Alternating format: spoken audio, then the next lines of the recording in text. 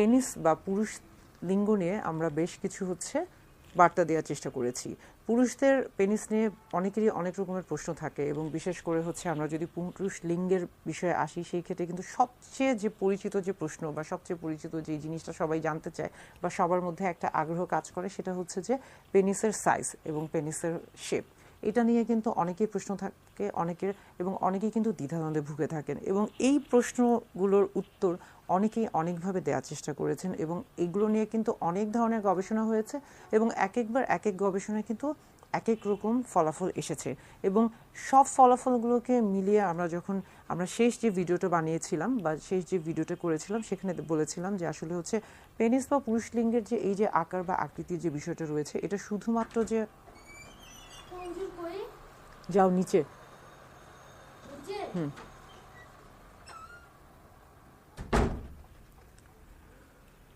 আমরা বলে থাকি যে হচ্ছে পুরুষ লিঙ্গ বা পেনিসের এই যে আকার বা আকৃতি নিয়ে এত হচ্ছে প্রশ্ন বা এত দ্বিধাদ্বন্দ্ব বা এত হচ্ছে সমালোচনা আলোচনা কেন, বা এটার আসলে প্রভাবটা কি, ভূমিকাটা কি একজন মানুষের জীবনে। দাম্পত্য জীবনে স্বামী স্ত্রী যখন হচ্ছে মেলামেশা করছেন, সেটা যখন হচ্ছে আমরা বলে থাকি যে শারীরিকভাবে মেলামেশা করছেন, তখন আসলে অনেকের ক্ষেত্রে এই পুরুষ লিঙ্গ বা পেনিসের সাইজ বা আকার আকৃতি এটা কিন্তু অনেক ক্ষেত্রে গুরুত্বপূর্ণ হয়ে থাকে এবং অনেকের ক্ষেত্রে কিন্তু এটা গুরুত্বপূর্ণ নাও হতে পারে। তাই যেহেতু আমরা বলে থাকছি যে প্রত্যেক মানুষই কিন্তু এক ধরনের ইন্ডিভিজুয়াল অর্থাৎ একক সত্তা, তাই একজনের সাথে আরেকজনের মতের মিল হতেও পারে, নাও হতে পারে। তবে নতুন একটি গবেষণা এসেছে এবং এই গবেষণা দেখা গেছে, বলা হয়েছে যে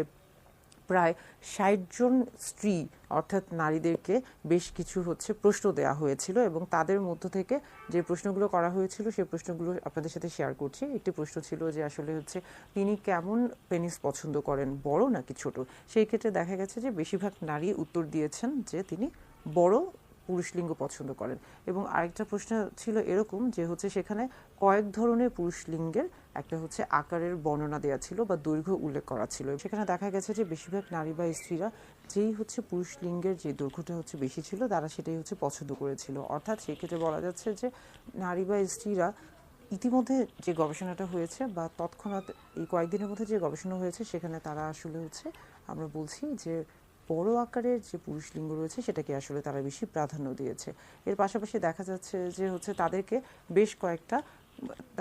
কয়েকটা হচ্ছে আমরা বলে থাকছি যে উদাহরণ বা বেশ কয়েকটা হচ্ছে ডামি বা স্যাম্পল দেওয়া হয়েছিল যে তারা আসলে হচ্ছে কোন ধরনের পেনিস বা পুরুষ লিঙ্গ পছন্দ করে থাকেন এবং সেখান থেকে তারা দেখা গেছে যে তারা সবচেয়ে বড় দৈর্ঘ্যের যে পুরুষ লিঙ্গটা ছিল বা পেনিস ছিল সেটাকেই হচ্ছে নির্বাচন করেছে। এই থেকে বোঝা যাচ্ছে যে অতিরিক্ত নারী বা অতিরিক্ত স্ত্রীদের ক্ষেত্রে বা বেশিরভাগ স্ত্রীদের ক্ষেত্রে, নারীদের ক্ষেত্রে তারা হচ্ছে যেই পেনিসের সাইজ বড় সেটাকে বেশি প্রাধান্য দিচ্ছে। তাহলে সেই ক্ষেত্রে কি আসলে হচ্ছে মোটা বা চিকন এটার কোনো সম্পর্ক আছে, বা হচ্ছে যৌন তৃপ্তির ক্ষেত্রে বা তাদের হচ্ছে যৌন তৃপ্তির ক্ষেত্রে এই যে মোটা বা চিকন এটার সম্পর্কটা কি? সেই ক্ষেত্রেও যখন তাদেরকে প্রশ্ন করা হয়েছে তখন তারা এটাই বলেছে যে তাদের কাছে হচ্ছে তুলনামূলকভাবে যেই পেনিস বা যেই পুরুষ লিঙ্গটা আসলে হচ্ছে কিছুটা মোটা সেটাকেই তারা বেশি প্রাধান্য দিয়েছে। অর্থাৎ এই যে হচ্ছে এতক্ষণ ধরে আমরা যে গবেষণাগুলোর কথা বলছি এটা খুবই কিছুদিন আগে এই গবেষণার ফলাফলটি এসেছে এবং এটা নিয়ে এখনও হচ্ছে বেশ কিছু গবেষণা চলছে। তবে আমার কাছে মনে হয়েছে যে আসলে পুরুষ লিঙ্গ বা হচ্ছে আমরা বলছি যে পেনিসের যে সাইজ অ্যান্ড শেপের যে ব্যাপারটা এটা আসলে একান্তই আপনার এবং আপনার সঙ্গী অর্থাৎ স্বামী স্ত্রীর দুজনের মধ্যে সম্পর্ক। আপনাদের যদি পারস্পরিক সমঝোতা ভালো থাকে বা আপনাদের যদি হচ্ছে আত্মিক সম্পর্কটা ভালো থাকে সেই ক্ষেত্রে আসলে এই বিষয়গুলো খুব বেশি হচ্ছে প্রভাব ফেলার কথা না। হ্যাঁ, অনেক সময় প্রভাব ফেলতে পারে যদি আপনাদের দেখা যাচ্ছে আপনাদের নিজেদের মধ্যে তেমন কোনো একটা খুব একটা ভালো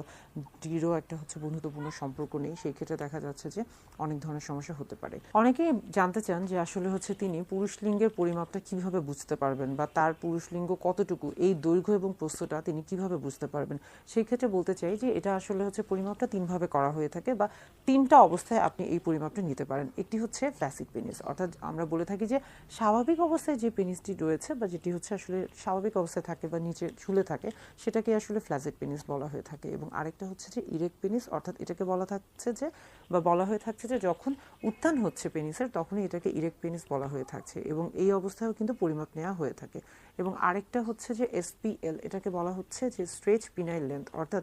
যখন আপনার ধরুন যে এই ক্ষেত্রে হচ্ছে আপনার পেনিসটা এখানে হচ্ছে আমরা বলে থাকি যে এভাবে ফ্ল্যাসিড অবস্থায় আছে, ঝুলে আছে, এবং সেটাকে আপনি হচ্ছে টেনে সোজা করছেন বা একটু হচ্ছে এই যে চামড়াগুলো রয়েছে এটাকে একটু পিছনের দিকে টানছেন বা স্ট্রেচ করছেন, সেটাকে আসলে এসপিএল বলা হয়ে থাকে। এবং এই ক্ষেত্রে অর্থাৎ ফ্ল্যাসিড বা আমরা ইরেক্ট বা এসপিএল সব ক্ষেত্রে কিন্তু পিউবিক যে বোনসটা রয়েছে, অর্থাৎ এখানে যে পিউবিক বোনসটা শক্ত অনেকটা, যদি আমরা এটাকে পেনিস মনে করে থাকি, সেই ক্ষেত্রে এখানে যে শক্ত যে হাড্ডিটা রয়েছে পিউবিক বোনস, সেটা থেকেই কিন্তু আসলে হচ্ছে আপনাকে মাপটা নেওয়া শুরু করতে হবে। এবং এটা কিন্তু টিপ অফ দ্য পেনিস, অর্থাৎ এই যে যেই রাস্তা থেকে প্রস্রাব করা হয়ে থাকে বা হচ্ছে এই টিপ অফ পেনিসের এই পর্যন্ত হচ্ছে পুরো মাপটা নেওয়া হয়ে থাকে, এবং এটাকেই কিন্তু আসলে হচ্ছে লেন্থ বলা হয়ে থাকছে। এটাকে আমরা বলে থাকছি যে হচ্ছে পিনাইল লেন্থ। এবং আরেকটা হচ্ছে যে পিনাইল গার্ড, যেটাকে আমরা প্রস্থের কথা বলে থাকছি, এবং সেটা আসলে মূলত আমরা পিউবিক বোনসের এখান থেকে শুরু করছি এবং এটাকে আমরা ঘুরিয়ে ঘুরিয়ে আসলে হচ্ছে পরিমাপটা নিয়ে থাকি। এবং দেখা যায় যে এটা হচ্ছে স্বাভাবিকভাবে বা এশিয়া মহাদেশের ক্ষেত্রে এই যে পরিমাপটা,